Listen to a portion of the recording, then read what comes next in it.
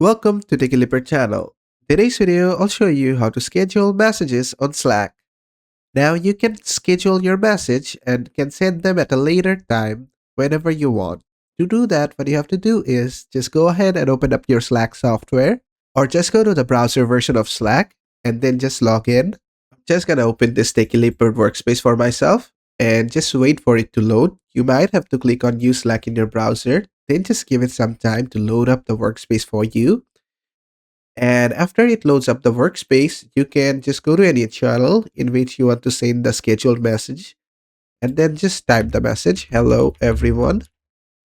And to schedule it for later, what you have to do is don't just click on send. You have to click on this arrow icon next to send. And from here, you can schedule this message for Monday at 9 a.m. or you can select the custom time. So select the date from here and the time and click on schedule message. And there you go. The message has been scheduled for tomorrow at 8:45. You can select the date as well as the time.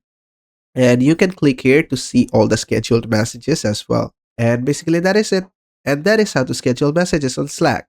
I hope this video was helpful. If it was, please give it a thumbs up and don't forget to subscribe.